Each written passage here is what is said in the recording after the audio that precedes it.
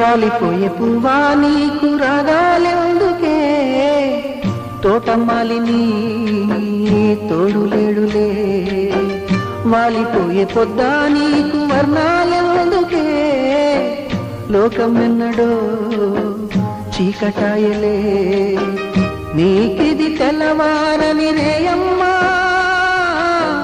కలికి మా చిలక పాడకు నిన్నటి నీ రాగం.